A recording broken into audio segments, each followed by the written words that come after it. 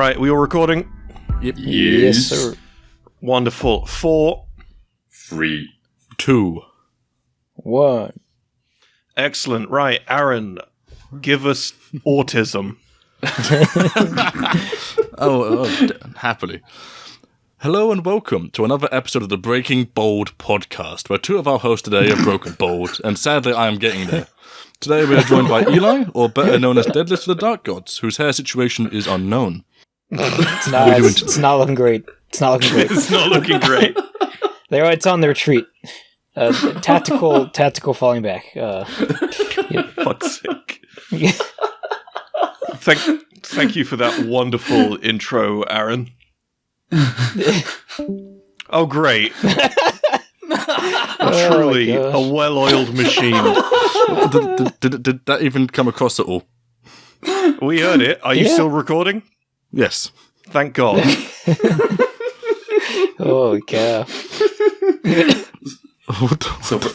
So for some background context, we've already been sitting here for a good 30 minutes trying to deal with some technical difficulties, and now it seems Aaron has taken another trip through the warp. You actually generate, my friend, enough technical difficulties for 5 men. This just isn't kosher. And I said it, and it was a silence, so I could hear the crickets. I was like, was that not funny?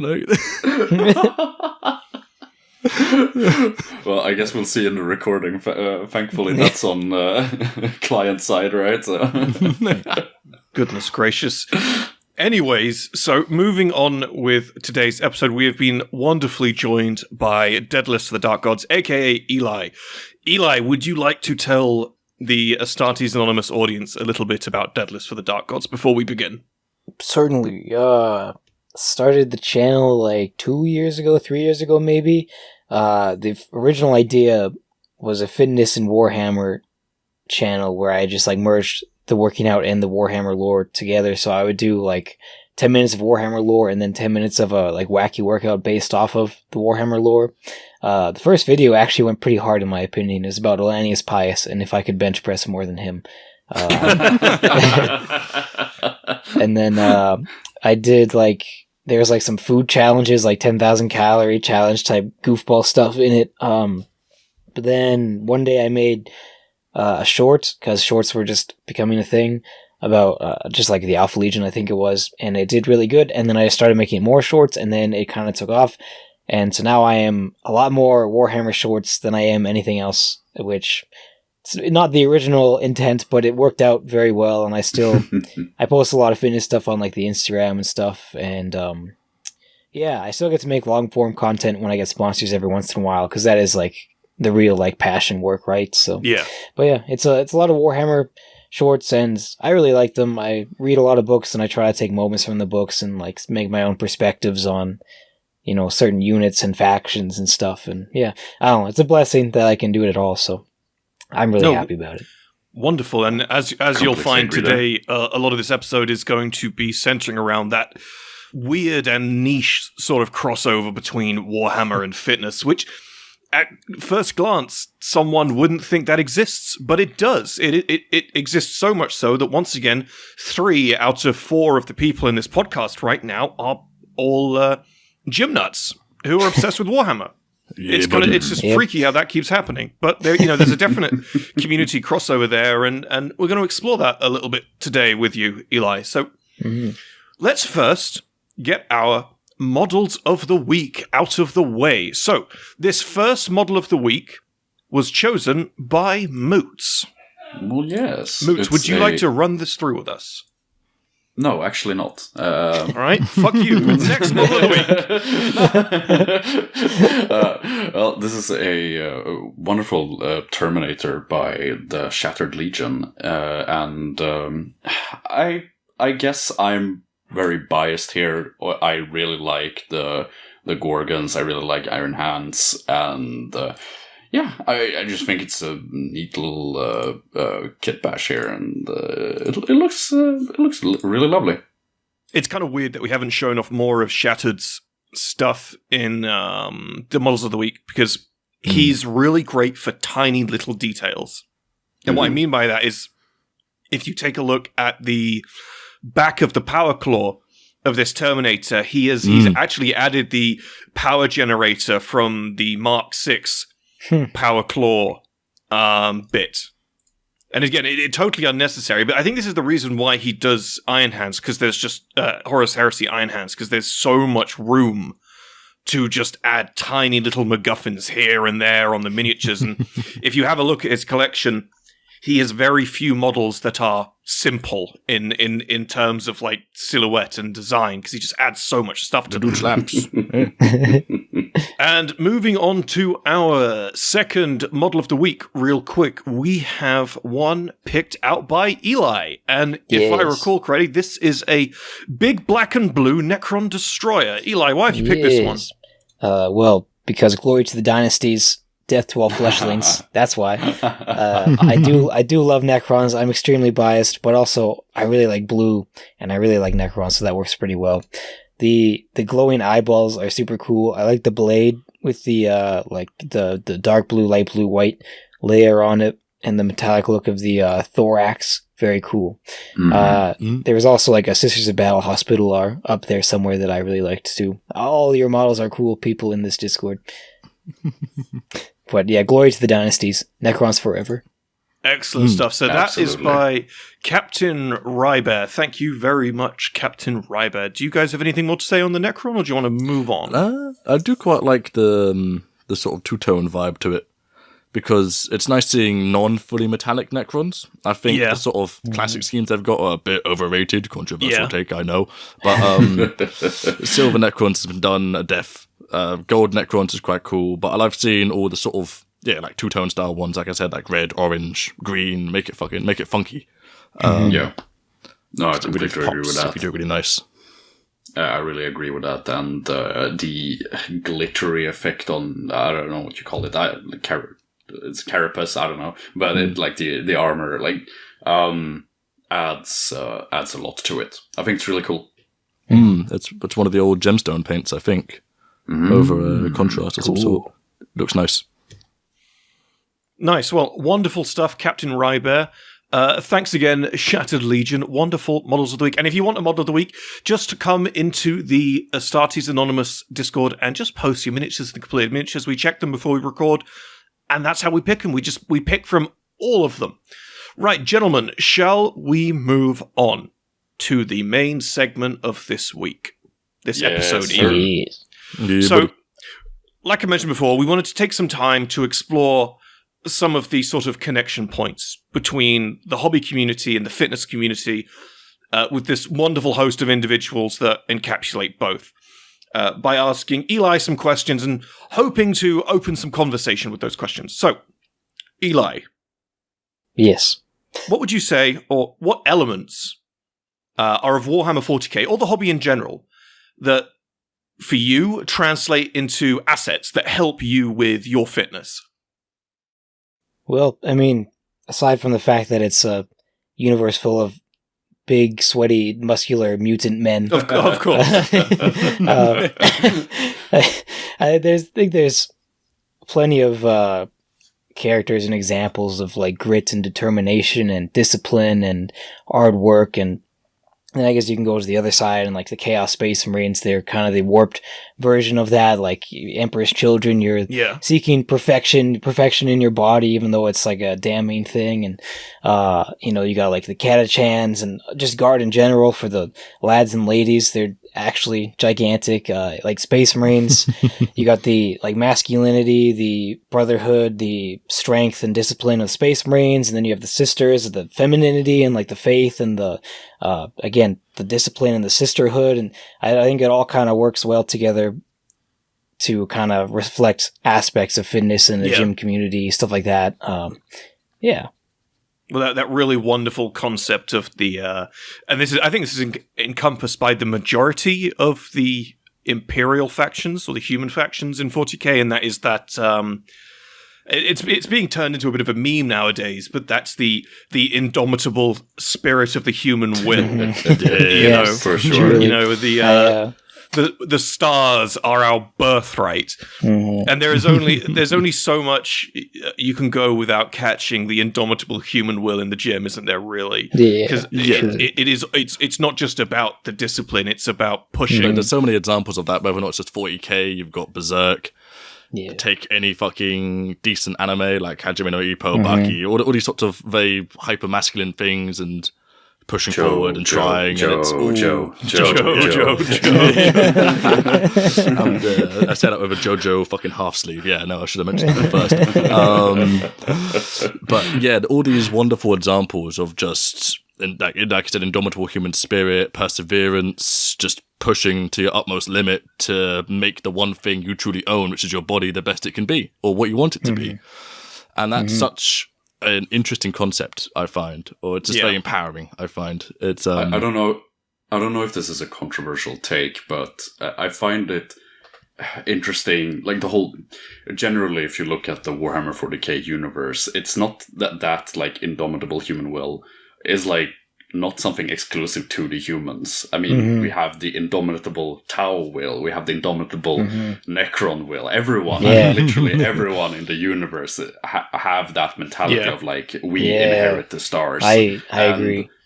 And that's a really cool thing, that it sort of transcends everything, that will to just go the next step. And then there's the Tyranids, who are just the embodiment of bulk season. They're just bulking, man. Just bulking, man. That's all they're doing. The four-armed emperor is my emperor. 2 extra arms equals double the gains. That's all I'm saying. Exactly. Your average gym perma-bulker bloat lord. Just fucking hammer specs in the corner. All I want is to look like an aberrant someday. I want to be a Gene Stealer cult. The best compliment I ever got given on a gym pick I posted on our server was getting told I have Khan arms. And that was insane.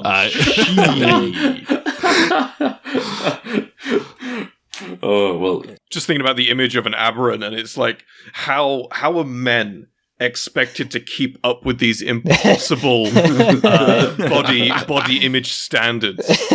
You know, need the classic fat patriarch in the throne. That this is peak male performance. Amen. You might not like it. Well, I suppose that's a nice little off the cuff question that I didn't write down, but really ties in well with this one, I think. And that's, are there any characters in 40k that when we talk about, help you with that fitness, motivation, discipline, indomitable will, that really, really help you, or you really sort of, maybe not help you, but you look to as a form of inspiration from the setting, that are really, good for you? I mean, like, there's the obvious, like, Space Marine characters and stuff, but my top guy is Vargard Oberon. He's probably my favorite character in the whole setting.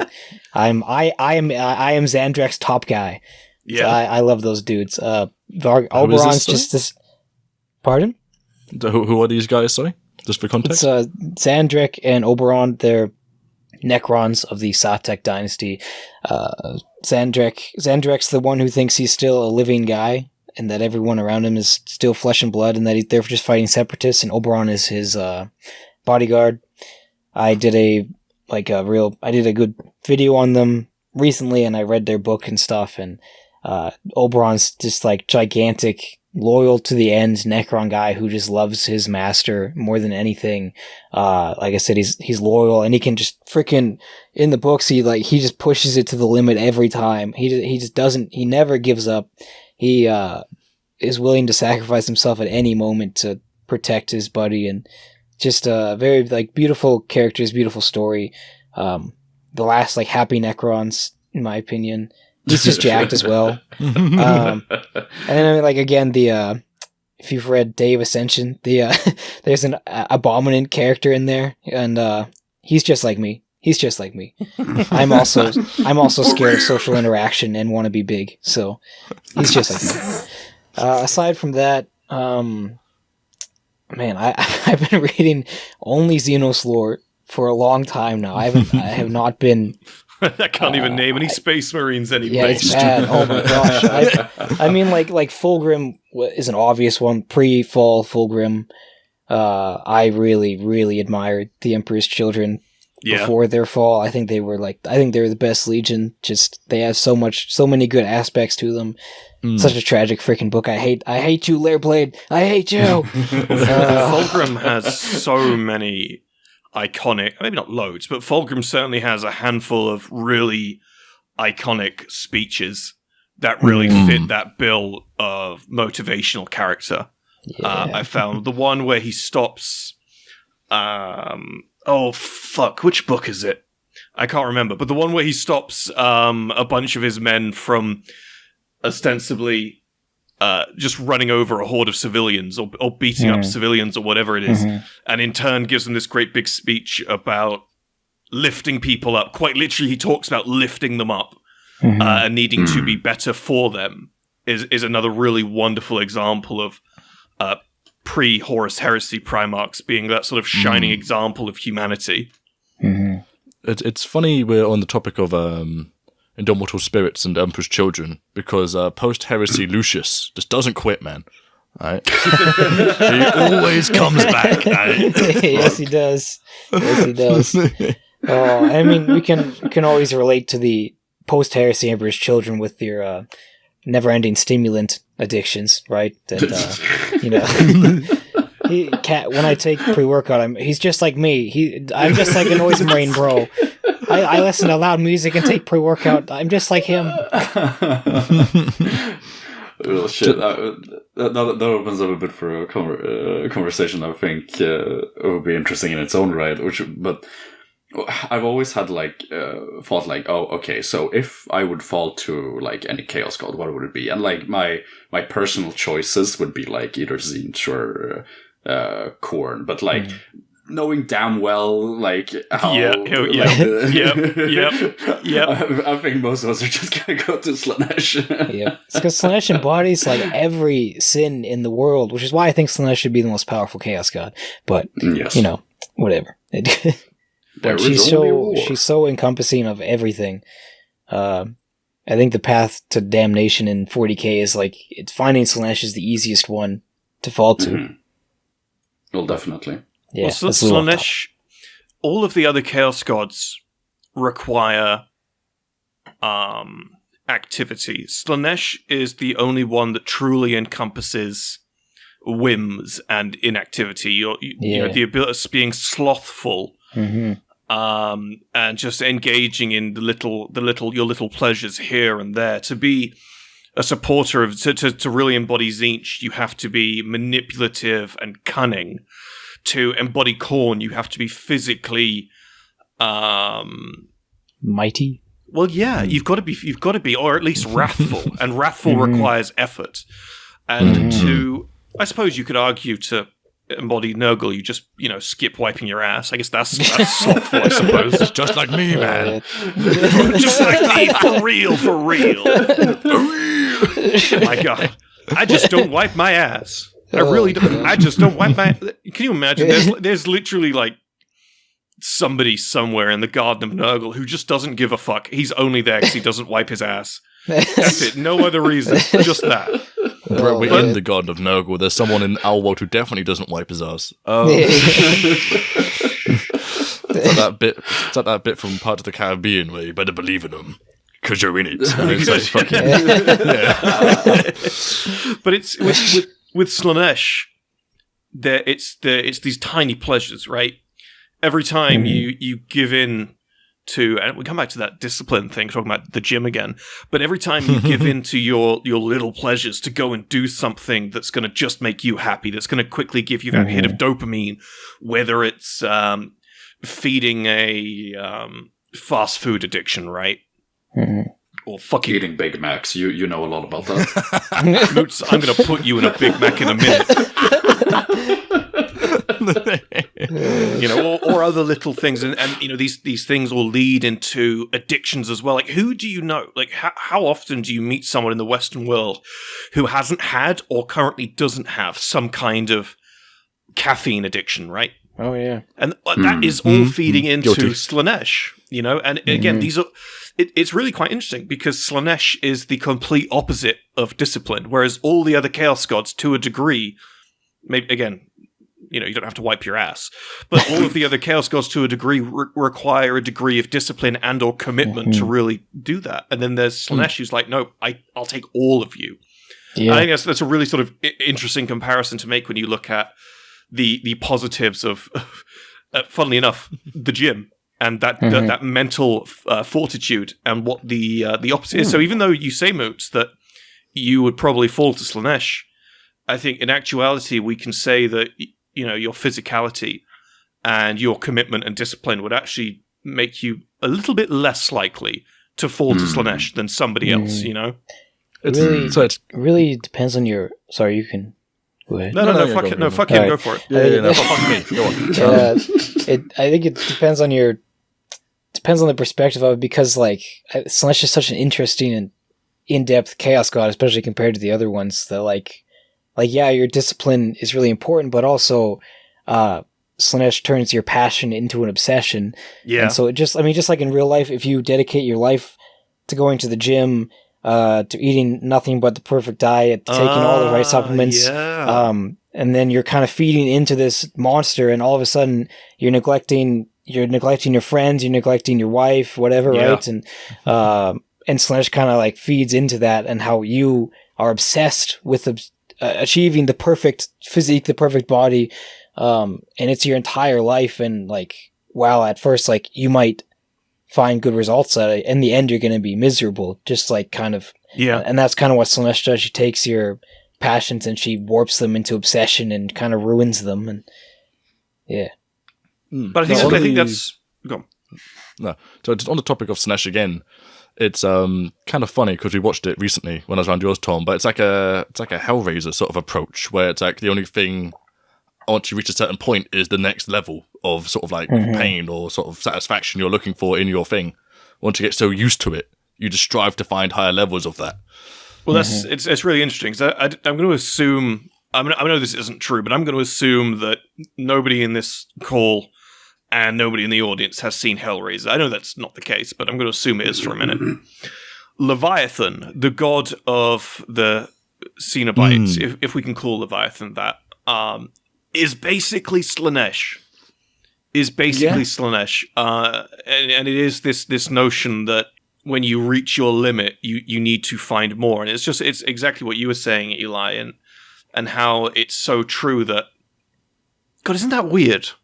Every single kind of thing, every single kind of sin that could make you fall to a Chaos God can also make you fall to Slaanesh. Yeah, bro. If GW didn't need to be PG-13, Slaanesh would be the number one Chaos God.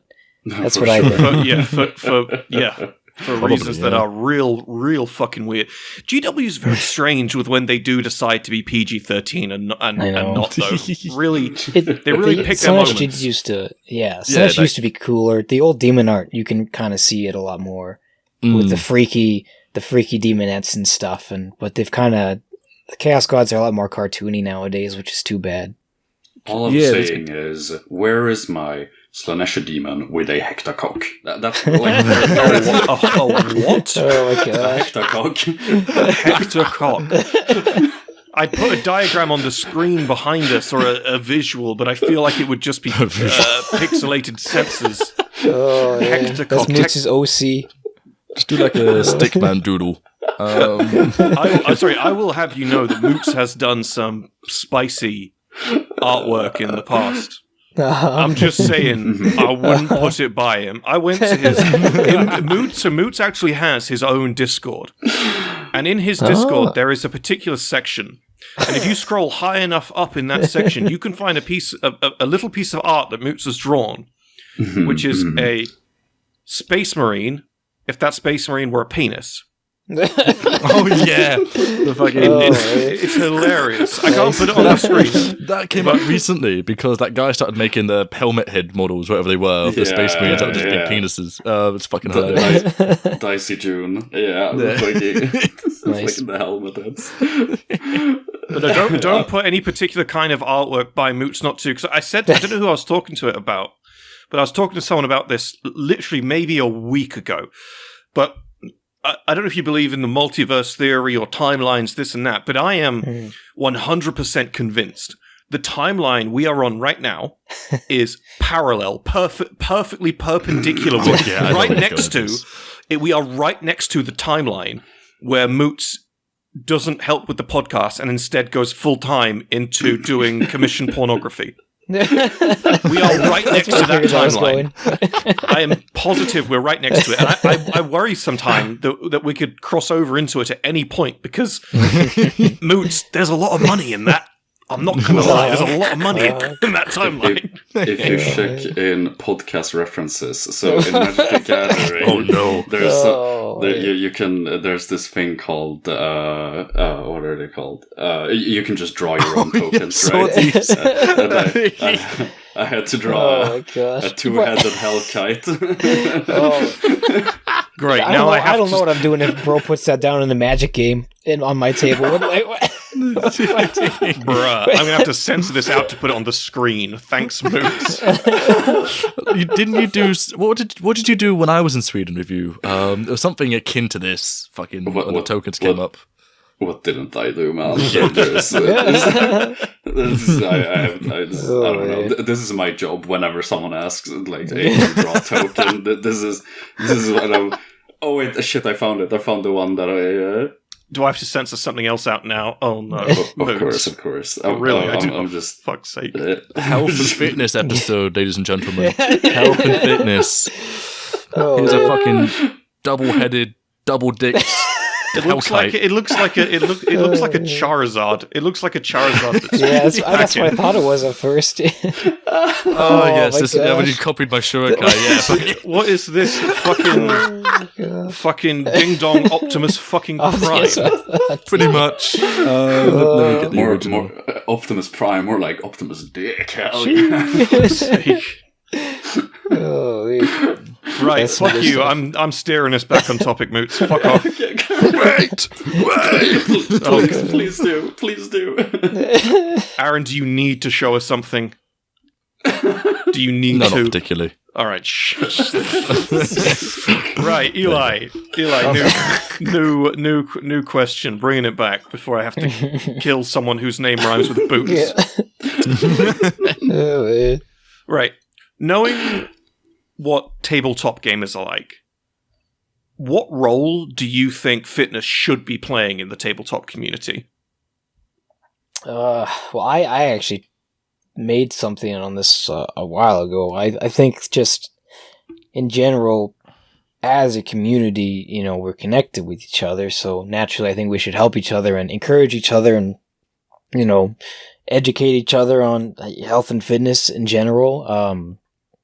I don't know if I have much to say about it, but just generally as a community, I think we should be coming together to do that stuff. And like in real life, you make friends playing tabletop and stuff. You can maybe bring them to the gym or talk about it.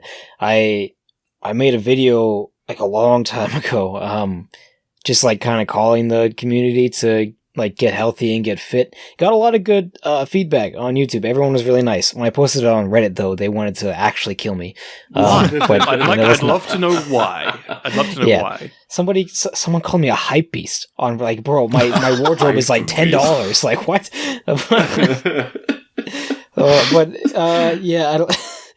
I think like I don't know if I'm losing what I'm trying to figure out here, but yeah, just generally as a community, I think it'd be nice for people to come together. I mean, do you guys know the recent story about the guy shadowboxing at the tabletop? I was just about to talk about that. The world right? Yeah, he's a guy on Instagram. Yeah, he's a guy on Instagram who I talk to every once in a while, but I think that's awesome. I think the negative Nellies out there. Tell you what, I'm going to take a minute to read this to the audience because this is the funniest fucking shit that's happened in a very long time. So I was just waiting to talk about this, but you brought it up before. This is wonderful. So I'm just going to read this out verbatim so we can all enjoy it together. World Eater player keeps shadowboxing during my movement and shooting phases. My second round, I was paired against a guy who went under the alias Git Good, like the Dark Souls thing, and referenced to say his real name as it would grant you power over me like all demons do. Sorry, and refused to say his real name. Deployment and pre-game talk went fine. Then my movement phase happened. He started doing push-ups and shadowboxing while making whoosh sounds. When I asked him to stop, he just said, "I don't have any movement or shooting defense strats. Go nuts." I called the judge, and he simply told him, "The nails are biting," and sided with him. I fought the game hard because I felt so off with him doing that, losing 53 to 97, where he screamed, "Blood for the blood god," at the top of his lungs, and then said, "Next challenger," and walked away. Oh, man. He goes on to say, "How do I handle these situations better? Anyone explain why the judge would let this fly? Edit. I did not ask if he had autism, but I don't think that warrants him doing that." Oh my gosh, man. As someone who is a fellow autist, it absolutely does warrant that. That's what I'm saying. Like, oh, I think that's awesome. It got a lot of negative backlash. People were being like we're hating on it so hard, and it's like, but like it's like these people who are hating on it are the same people who are all about inclusivity and stuff. But like we're all autists, all right? Like let us have our flavor of autism, all right? Like, some people have like train track autism. Some people have math autism. Some people have, like Aaron, have gym autism. But then there's world eater autism. And world eater autism is it's a gift to humanity. Truly. See, that's just their equivalent of like cornate psychic powers. Is just they're just fucking Exactly. Imagine, he obviously really psyched his opponent out. I mean, I don't want to say it's like an effective strategy, but I mean, oh my gosh! he just mogged on him. Could you imagine how much fun this guy would have if he like had to play against his doppelganger? Oh yeah!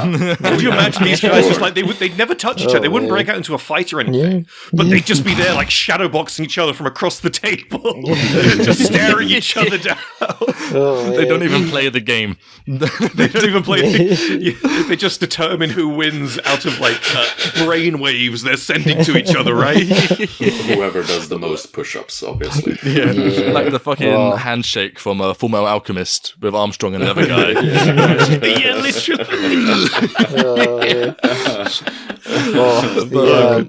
The dream. Sorry.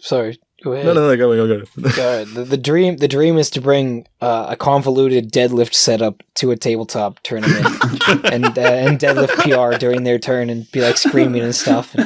Oh my gosh! Or I'll pull up with my Emperor's Children maybe at the end of prep. I'll be freaking brain dead because it's the end of prep. But every time my character does something, maybe I can take my shirt off and hit a pose or something. Like a true Emperor's Children. I got to interrupt. Like occasionally, I get lucky enough to have games with Aaron, and in my kitchen with the fucking huge table, in the dining room with the huge table, and that's what we play on. It's literally the same size as your tournament ready 40k board, so it's perfect. But the thing is, we have on the wall about a 6 by 4 foot mirror just on the wall in the dining room. And I shit you not, when I'm playing my turns, so I'm playing my turns, looking at the table, I'll look up and there's this asshole just doing fucking actual poses in the mirror because the mirror's so huge. Awesome. And Aaron and I play quite slowly, right? So our game, we'll have like a 2k point game and it'll last like 6 hours because we're just flapping whilst we're playing. And he'll strike more poses to make up for an entire 3 days of Mr. Olympia in those 6 hours. It's fucking nuts. Nice. That's awesome. Yes, I will. All right. And that is incredibly based, honestly. He's taken his shirt off to do it in living memory twice. Awesome. Very, very good. As it should be. So what you're saying, Tom, is that Aaron has mogged you. Yeah. If Aaron ever meets Get Good, I think there's going to be like an implosion of. It's going to be like some sort of super collider event. Honestly, he's going to be shadowboxing him, and Aaron's just going to be there, just doing his fucking C-bum impression, just on the other side of the fucking table. Like, man. Just not curling the table on both sides. Pick it up. Oh gosh. That's awesome. You can just do a push-up contest instead of the game, right? Exactly. Yeah. Perfect. But getting back on track on this sort of topic, I find this sort of stuff hilarious because your army often says a lot about who you are as a person. Yeah. If it's as long as it's not something like fucking Drakari, then stay away from me. But but like whether or not it's for like ironic sake or like one-to-one sake, it's like, yeah, okay, I could be a World Eaters player. I like painting red and I like big fucking muscly dudes with chains and shit. That sounds fucking fun. That's just because it's a Mr. Olympia gym, etc. But then I play Nurgle because I like the sort of opposite aesthetic in my minis. Like Death Guard, the big bloated fat yeah, fucking, because it's the opposite, and that having that sort of breakaway from my modern life into like the mini side of it, going, oh yeah, this guy's got his whole back as folds, hell yeah. It's it's just a nice sort of contrast, and so it's quite funny seeing people like their reaction to me rocking up a Death Guard, and I'm there as a moderately sort of fit person. And they're like, that doesn't check out. I'm like, I know, don't worry. Don't think too hard about it. Was it one of our guests said that it's true that all one of our guests said this, and I don't know which one it was. I think it was Arthur, but I could be wrong. But one of our guests said that when it comes to people who play armies and how those armies are a reflection of that person. Yeah, it's always the best of that army, or the opposite, or the meme of it, in the best way possible. But then I think it was Arthur. I'm really sorry if it's not you, Arthur. I'm running with it. And then he said, except for Emperor's Children players. Okay, interesting. I think it might not be Arthur. It was someone though. Someone said it, but the gag is that everyone is super ironic. But then you get to Emperor's Children players, and then they are just unironically actual human treachery. Just perversion incarnate. Oh man. Yeah, kind of true. Kind of true. I haven't told anybody about my painted 4K Emperor's Children army yet, for good reason. Glorious. I'm just my Emperor's Children have been collecting dust for a while now, but they will get some playtime soon, I hope. Please, Lord. Please, James Workshop, please, if you can hear us, James Workshop. Please bring me Emperor's Children. Well, to be fair, you're going to get that fucking index update bullshit soon. I know. And I'm scared for you. I have a funny feeling it's going to be just real bad. Yeah, it's going to be real bad. We're gonna get an index, and then I'm gonna have to wait another 4 years to get a real codex. And then, you might as well wait 6 years because they're going to pull a World Eaters on you and release it at the end of the edition, and you'll have 2 months to get in a whole edition's worth of games. All I want is Noise Marines. All I want is Noise Marines. Please, why is it so much to ask for?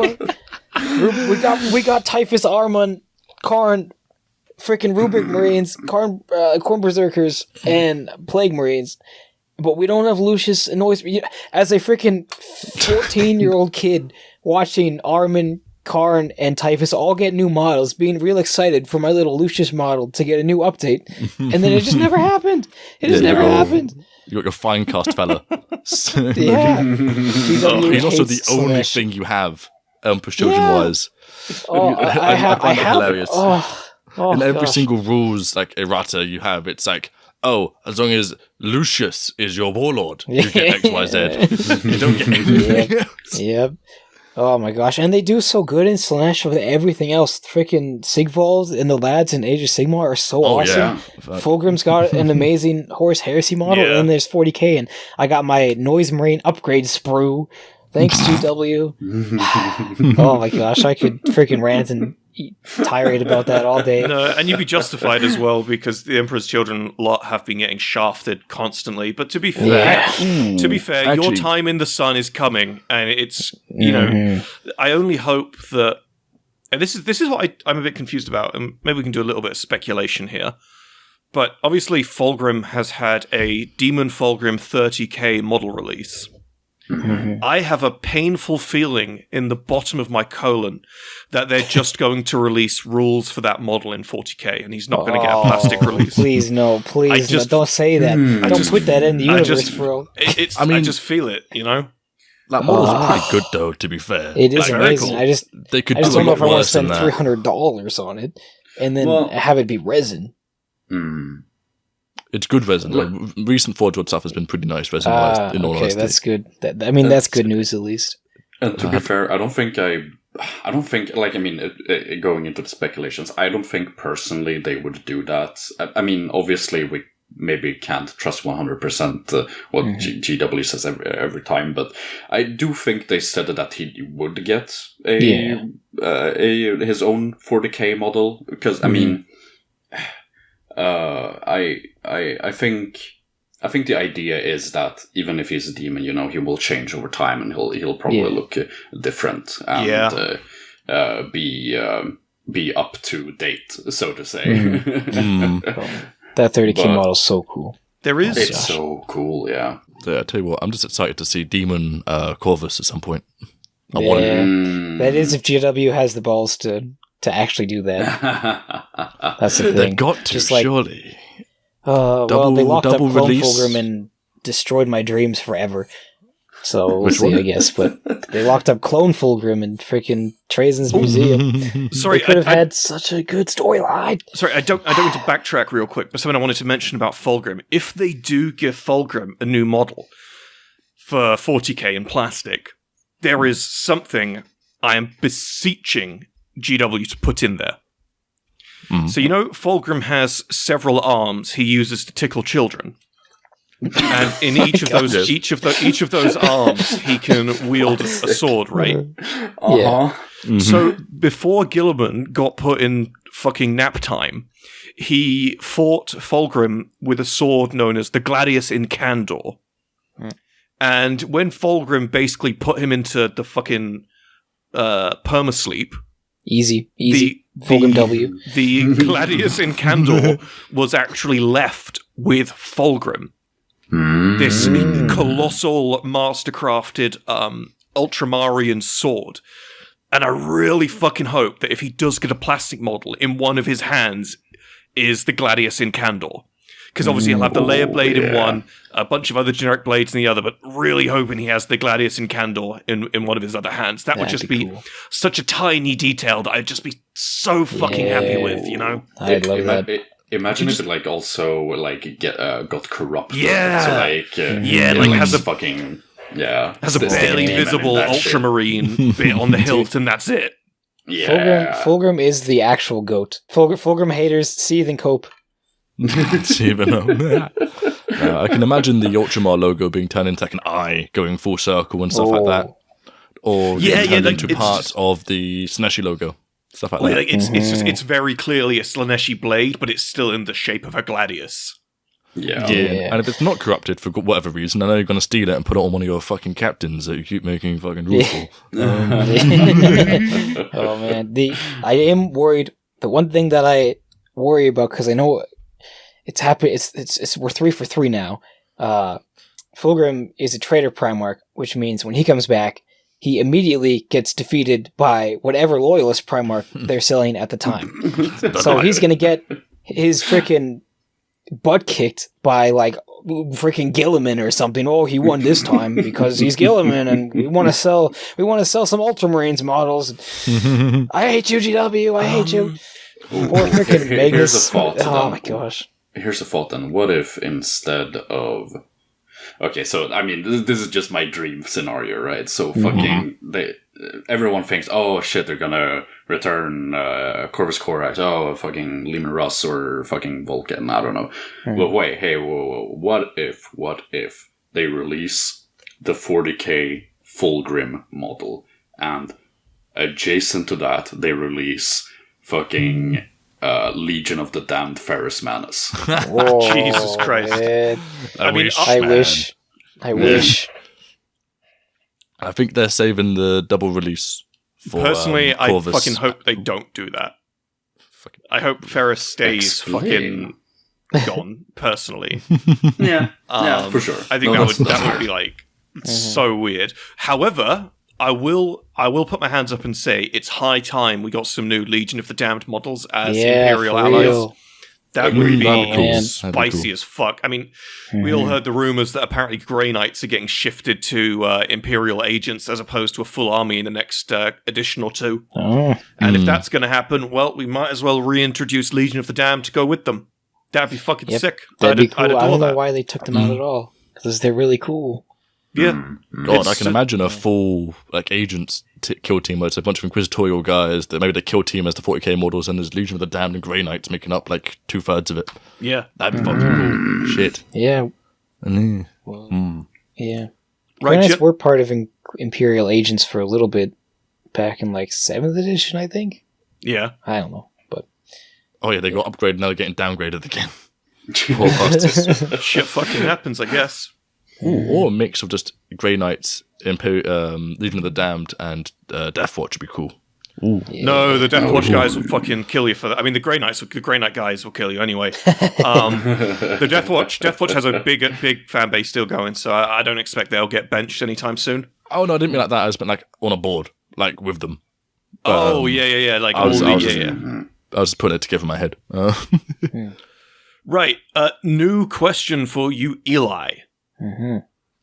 So, as someone who's both a 40k enjoyer as well as a gym goer, what kind of advice would you give to someone who's into this hobby and is considering improving their physicality? And are there any sort of exercises or things you'd recommend to help with posture, knowing how Warhammer fans are often seated and indoors?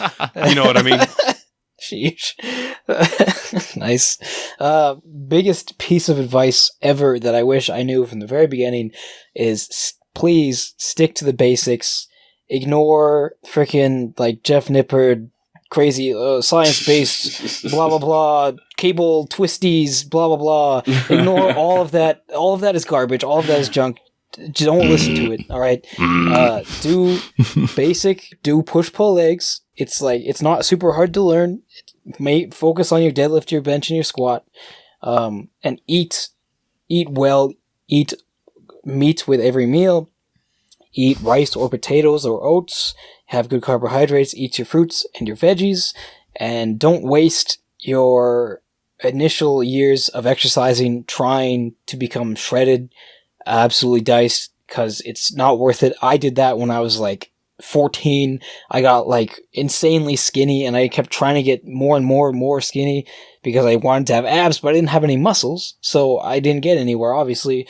Whereas if I spent that first year trying to gain muscle, I would have you gain 10 pounds of muscle easily in your first year of lifting if you have good direction. So please stick to the basics. Find a good mentor as well. Find somebody who knows what they're talking about and who cares, and get them to help you for your first 3 to 6 months, even a year.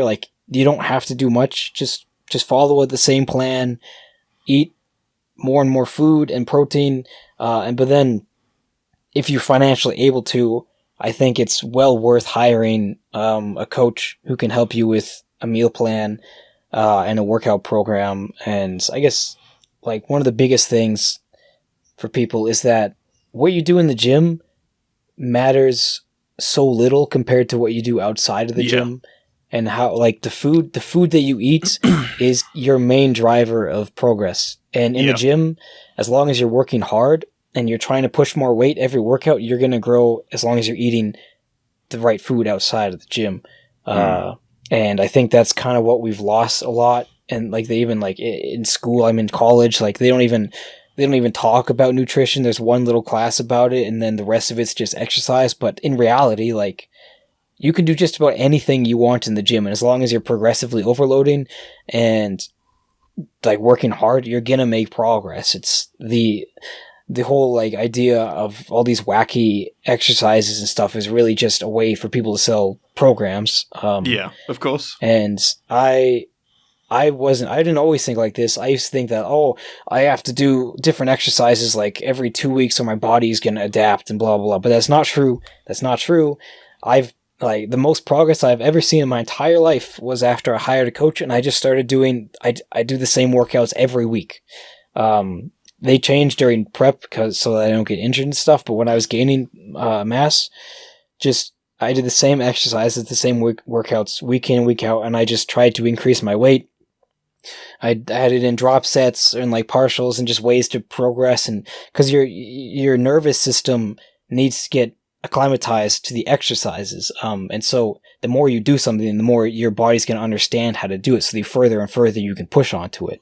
I guess I'm kind of like ranting now, but basically what I'm trying to say is stick to the basics. Like, try to ignore all of the people trying to like come up with all these new fancy ways of exercising and all these like wacky cable exercises and stuff. Like, you can do those, they're fine. But in reality, if you need to focus on your bench, your squats, and your deadlift, overhead press. Like, big compound movements are always going to give you the most results, especially as a beginner, and they'll build such good foundations for you and strengthen your core and everything. As for posture exercises, just back exercises mostly. Yeah. Like back extensions, deadlifts, rows, especially with your scapula retracted. Yeah. So I guess that was kind of a tirade, but no, it's all right. No, that's okay. I'm sure. I mean, Aaron is a qualified and trained PT, and I'm sure he'd certainly support all of that. I think for me, something I'm going to throw out there. I don't go to the gym like you guys do. I've had it before. Where I have gone to the gym regularly. I'm in a bit of a downtrend right now. But one thing that I do have some experience with that I'd like to throw out there that is going to be very helpful for people who are listening to this and people who are into 40k and painting your miniatures and kit bashing and being sat in front of a fucking desk for hours on fucking end. In fact, hell, even if you're just someone who spends your life working in front of a desk, you know, or working from home or that kind of sedentary lifestyle like me, two things that are going to be really fucking helpful that I'd like to throw at you. One, walking. If you have, if you're in a place where you've not got a lot of musculature in your lower back and in the up end of your ass, where your back connects to your ass, I don't know the names of these muscle groups, guys. I know everyone else in this chat does. I don't, but we all know what I'm talking about. If you don't have a huge amount of muscle there, just walking is going to help your back health a ton. Just getting up and walking, even if it's just like 2 hours a week. You know, and I don't mean like walk for like 5 minutes. I mean like walk for an hour one day and another day or two later, walk for another hour. Make your body happy with doing that. And the other one is lower back exercises. Lower back stretches, more specifically. I was diagnosed with scoliosis when I was about 14, and some chronic pain that came with it that really spooked me. And once I got my head wrapped around keeping that part of my body flexible, it was an absolute godsend. And then I got into a Warhammer, and then it sort of took a dip again, and then I got back on the horse of keeping that part of my lower back stretched and mobile and flexible. You really don't have. You don't. I mean, again, do go to the gym. You want to go to the gym? Go to the gym. You don't have to go to the gym to have good back health. You know, I mean, they're not mutually exclusive. It fucking helps. Yeah. But you don't have to. You know, there are a few things you can do so that because you're painting minis, you're kit bashing, you're watching YouTube for 12 hours a day. That's your life. Fine, no problem. But there's a few very basic things you can do to not have to be in pain whilst you're doing that, you know? And I'm sure there's people out there who've got extenuating circumstances, like Mootz's head just connects to his hips because he's like 3'4". You know? He can't do about his neck. You know, Sorry, I'm 5'4", so I got the short card. Brother, baby. Oh, lots of rambling. I just wanted to throw that out there because I knew that I had that one bit of knowledge in the back of my head that could help someone. I just really wanted to chuck that one out there. It seems I'm the tallest one on the podcast today. Very good. Yeah, you are, motherfucker. Down the Red isn't here. I can't hear you down there, man. I'll bite your fucking ankles is what I'll do. No, but like, as someone who works literally by just sitting in front of the computer all day, I find it very important to, to move. Like, I mean, I just get up and move in between like some sessions. I just do things. I stretch, whatever. So that's really important. And also, I think when it comes to like starting with the gym and whatever, I feel, I think as you said, Eli, it's very important to like focus on the basics first, and fucking ask anyone in the gym. Honestly, just go up to the biggest dude in the gym and just people go, "Hey, are friendly. man. Yeah, can you help me out? I've just started, like, be really appreciative. Just give me some pointers." And I personally haven't met anyone who's disagreeable at the gym. I don't know if it's any difference between countries and whatever, but and I think if you want to do those more esoteric and weird cable exercises that Eli hates on so much, you know, just wait for it a little bit. My gym journey personally started with me doing a full year of bulk, where I just focused on the basics at first, and then when I was like, all right, I want to get shredded, I did a bit more specific things. I basically changed from from just lifting heavy to like actually focusing on like bodybuilding. Yeah. And that's a completely different thing. So if you want to do bodybuilding or like whatever you want to do, just do your research, ask people, don't be afraid to also try things, because most people work differently. Everyone just doesn't work the same necessarily. Yeah. We're all biomechanically different. So if someone everyone's form for exercise is going to look slightly different, you don't have to copy and have the exact perfect form compared to like somebody else. Cause I deadlift, my deadlift looks different than other people's deadlift. And some people might be like, oh, you're doing it wrong. But in reality, I've never injured myself doing it. And I you do what feels good, honestly. Well, they're not doing it for the Dark Gods, are they? As long as you're safe. Just to add some specifics on that, because I find that sort of stuff really interesting. It's like whether it's like bench, hand placement, or squat sort of depth and stuff like that. The minor differences, like stuff like longer forearms or longer femurs or your shins, change things so drastically. Because on like a set of 10 on bench, if you've got 2-inch longer arms than somebody else, they're moving at 20 inches more than the person before them on a whole set, which makes a big, big difference that people don't realize just from a little bit of body difference. Or squats, I can't do squats for the life of me because my lower back and my femurs just don't like them. I've never been able to crack the code on barbell squats, so I do lots of what are they called? Goblet squats instead, because it's a very similar motion. It's very relative. It helps build up the strength for the same sort of motion. So maybe one day I can sort of move over, but I've sort of sworn them off for now because everyone's bodies are different. So if you don't get something at first, then there's no use sort of fretting about it, and it's just better just to try and work accessories and relative motions to build up the strength for that motion. Well, that's it. There's a billion different exercises for every single muscle group. You will find something that works for you. Gentlemen, no immediate urgency to end it, but let's bring this to a close if we can, so we can move on to some Patron questions. Yes. I wanted to add to that, Aaron. Meanwhile, I'm going to take a gander here that me and Eli, we have an easier time with squats because, short. I am closer to the fucking floor.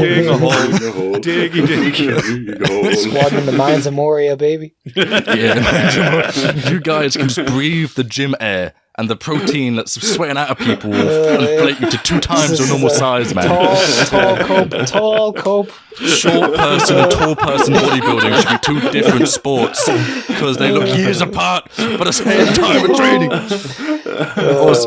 Also, just to fucking add, because this was a funny experience. When I was in Sweden with Moots, we were like, yeah, let's go gym. We went gym like 7 days, like out of the 9 days I was there. We're like, fuck yeah, let's fucking hit it. This guy, he travels like 2 miles, no, at least 2 miles from his house to the gym.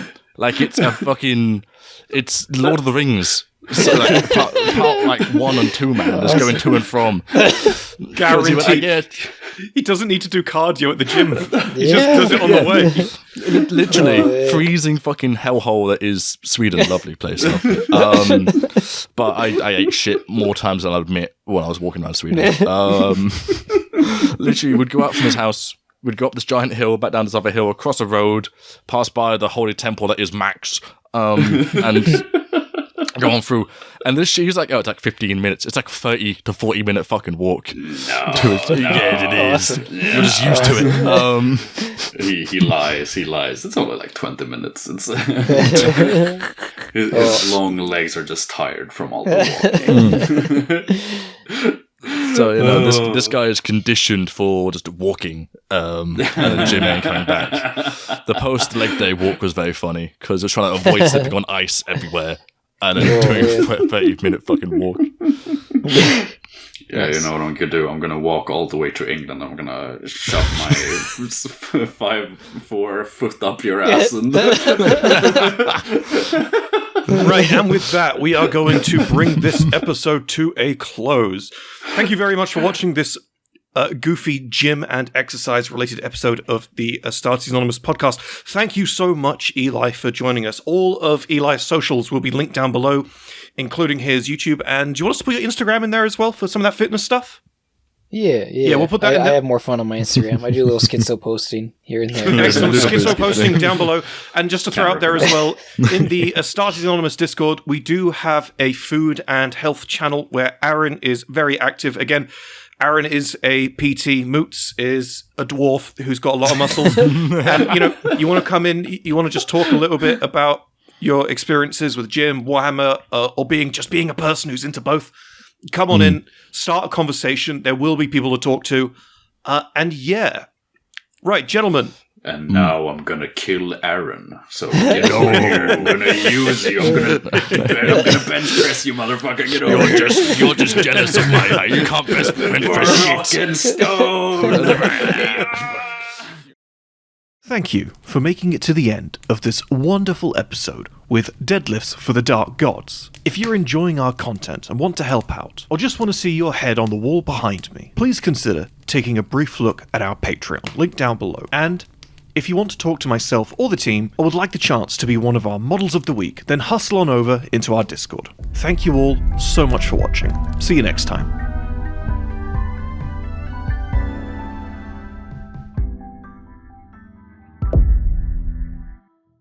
So, Patron Questions. Thank you, Eli, for joining us for the Patron Questions this week. So, Thank you. To start off with, we have a Patron question from Archmagos Dominus Punk, aka Lefurius. And Lefurius asks, which type of world, hive, feudal, paradise, etc., found in the 40k universe do you like the most when it comes to stories and world building? Moots, would you like to answer first? Yeah, sure. I mean, I think it's going to have to be a tie, probably a bit more leaning towards the one, but I'll explain. I think feudal and death worlds are the most interesting ones. Probably more so leaning towards death worlds because they pack so much personality, whilst that's not necessarily true, but I think, for example, a feudal world, I mean, obviously it depends on how you write them, right? But can usually be about the same. Obviously, there are different levels to feudalism and levels of feudalism and whatever. But I think those two are my favorites. Fair enough. Aaron? Me and Moots being the same person for different reasons. Yet again, running joke. But it's got to be Death Worlds for a couple different reasons. My own homebrew being one of them. Because that's obviously their home mode's obviously a Death World and stuff like that. But I also recently finished a Only War campaign based on a Death World, but the ending was very, very harrowing and grim. A bit grim dark, you could say. But Fuck's sake. But I think it just has incredible storytelling opportunity. It's always going to be fucking brutal. Yeah. If it's any sort of big ongoing war or fight scene going on. And it's just such a unique vibe where you can really paste it to whatever you want it to be, because the concept of a death world is very varied. Yeah, there's lots So of I think flavor they're of the most Death World. flexible when it comes to it, because there's no imperial taxes or any of the other sort of usual stuff. I like them because I don't gotta pay tax. The dream, honestly. They're not like hive planets or your standard sort of feudal world where it's all relatively same notes. You can do whatever you want with it and make it as interesting or boring as you want. What about you, Eli? Was Tomb World an option? Necrons? I think so. Yeah, that's an option. Tomb Worlds, Sept Worlds, any Xenos lore in general worlds, because I haven't read an Imperial book other than the one with Cato Sicarius and the Tau, because he's in like half of those Damocles Crusade books. I mean, I am reading Faith and Fire right now, and the world Neva, I think it's called, is I think you could call it a paradise world, and I do actually really like those because it's they're weird, kind of like an odd sore thumb in the 40K universe. You don't expect to see a nice place, then when you go to the nice place and it's really cool, and there's still like Neva, the world there is very like religious, philosophical world. They have universities and stuff. I think that's super cool. And then I guess I'm also listening to Dead Man Walking, which is in a hive world, and that's cool as well. I actually kind of like the Paradise worlds. But yeah, Tomb Worlds for the boys. Definitely. As soon as you said that, the only thing that came to my mind was this guy is the most consistent motherfucker I've met, where it says Necrons, Tomb World, Xenos, boom, boom, boom, every single time. I love them. I love me Necrons, love me Gene Stealer cults. Chaos has a special place in my heart. GW just kind of writes them bad, so it's kind of hard to really enjoy them all the time, but yeah. Love Necrons, love me Gene Stealer cults, ate the Emperor. Glories of the dynasties, true rulers of the galaxy. Take that, Eldar. Necron W. Fleshlings stay losing. I think for me, the answer has to be Forge Worlds. Forge Worlds. I mean, I could sit here and talk about how Forge Worlds are where everything happens because that's where all the shit comes from. But really, the truth is that Forge Worlds have this descriptions of Forge Worlds from the first person often essentially just end up being a site of metallic body horror. It's for people who aren't. So if you're a guardsman or you're even a space marine, and you go to a Forge World from one of the really big ones, so like Ryza or Mars, and you take it in, it's just body horror upon body horror. You look at servitors and you think servitors are bad, but you've got people with their guts hanging out, tied to the wall. Like imagine the lower decks of Davy Jones's ship, but imagine it's now metal and pipes and steam and blood. And can you imagine the smell? Oh. Don't forget the oils as well. The ungodly amount of incense. Canonically, the Mechanicus just like slaughter themselves up in oil, to try and cover like the worst stenches, which just mixes horribly, and how all their bionics are just connected to stumps, and the stumps are rotting away because they've built themselves so they don't feel pain. It's just so they don't care that it's rotting. It's a rotting mess that's connecting. It's just. The visual is just so intense. Maybe an accurate robots movie. Right, shall we quickly move on to the next patron question? Yes. Indeed. So, this question is asked by Zero Shade 05. Now, we didn't answer. The Alternative Universe podcast of the Bionicle Chronicles answered this question. Answered this question in their AU. In their timeline 2 weeks ago, but they basically sent it across the VoxNet for us to answer it as well. So we're going to answer it 40k style. So Zero Shade asks, which named character do you resonate with the most and why? Moots? Well, so I'm gonna have to say Angron, and unfortunately, as I've recently been like really getting into the Horus Heresy books, I've just been listening through as many as possible. I recently learned that like they I mean, it's a bit vague. They say that Angron is actually pretty tall, but I in my head canon, he is still my angry short king. I'm gonna die on this hill. And pop off, man. Yeah. That's it. That's the guy. That's fair enough. What about you, Aaron? So I don't know much Imperium lore. It's not my vibe. All the Death Guard are horrible fucking people. That if you want to relate to them, then So I'm gonna have to say. So I'm gonna have to say my guy, Old One Eye. Big up to it. Old One Eye. Nice. I too am filled with an uncontrollable amount of suppressed rage after being frozen in an ice block for years upon years. Okay.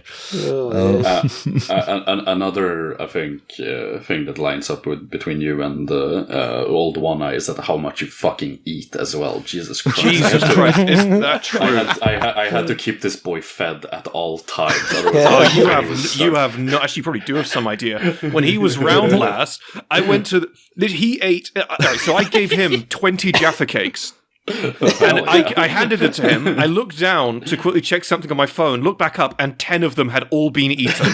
Now, this was the span of about 20 to 25 seconds. He had just smashed them all. After he'd eaten all of the snacks I bought for him for the weekend, which he did in record time, mind you, at some point during the evening, I had to go to the bathroom, went to the bathroom, came back out into the kitchen to see his fucking devouring ass rummaging through my biscuit cupboard like some sort of invasive species. He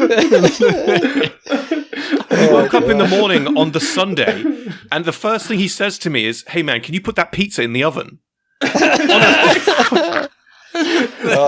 That's some king stuff right there. Exactly. I had a long drive, man. I had to fuel up. You're a fucking gannet. But you're a real one for that. Thank you. Tom, just for perspective, you deal with me maybe 2 days at a time max. Moots had to deal with me for 9 days in a row. Yeah, they're still financially recovering from the food bill. Many late night excursions. Yeah, thank you to Max in the midnight. I'm still pissed I never bought the fucking lettuce burger, the cursed icon. The lettuce wrap burger. Jesus Christ! I wanted to try that, but I just knew it'd be a waste of money. I'm gonna put it up on the screen here. I'm gonna fucking it'd be wanting to see it. God. We're in the patrons questions section. There is no screen. I just put a floating picture of a lettuce burger out in space now, you bastard. Yes, perfect. Oh, actually, while we're here, it's the same restaurant. My fucking just Aaron law. My first time, it was the first day I got into Sweden, which was obviously about like 12 at the fucking night after we spent about half an hour trying to find each other in the airport. Went to Max, this burger place, the holy place. I got jump scared by someone speaking Swedish in my ear passing by me very fucking loud. Because we walked in, I forgot. I remember fucking. I know I wasn't in England, but I forget it was Sweden. So I walk in with Moots. I wasn't focused. I was looking around. This guy just goes, "Oh, Savlad, are you?" or something like that, or something S. And literally, fucking, I bumped into Moots because it scared the shit out of me. You fucking flinched backwards into it. What the hell? Right, the back on topic. Fears the Swedes. Back on topic. Look at that. Back on Disaster of the topic. burger. Back on topic, you gobshites. Fucking feeding machine. Right, Eli. Big up Old One Eye. One Final character. statement. Aaron, I'm going to disconnect you from this call in a minute, I swear to God. Oh my gosh. Eli, one character in 40k or 30k that you resonate with the most and why? Oh, it's a hard question. I have a hard time relating, like, comparing ourselves to characters, I guess, but I'm continuing Aaron's reign of terror. I actually very much relate to that food stuff. So doing it for the win, I guess. Whenever I travel, I eat as much as physically possible and pay great attention to where I go to eat. All of my key memories of traveling are directly linked to eating. I could tell you probably almost all the meals that I had when I went to Europe because it's all I freaking think about. It's all I remember. That schnitzel in the beer garden, bro, was freaking. Oh yeah, that was good stuff. Oh my gosh. I also have pillaged my friends' parents, even pantries, and I've plagued them with my presence in such situations. But as for characters that I relate to, I already mentioned him earlier, as that Mr. Fargard Oberon. Yeah. He's just because he's like, I like have a huge caring for my friends and loved ones, and I feel like I can kind of relate to Oberon and how he feels towards Xandrek is very similar to how I feel towards a lot of my friends. And I really appreciate somebody like that in the lore. It's always nice for a character like that who has love and willing to sacrifice for his friend and stuff like that. Also the Khan, Jagadai Khan, I can kind of relate to. Yeah. I guess because like when a lot of the Primarchs saw him and like the Emperor and stuff, they're like, who the heck is this guy? And the Khan was like, the Khan just doesn't care, right? Like, he could care less what people think of him. He could care less what people want him to do. He just does his own thing. He does what he wants to do, what he knows is right. And I can relate to that a lot. Like, I go to college, I'm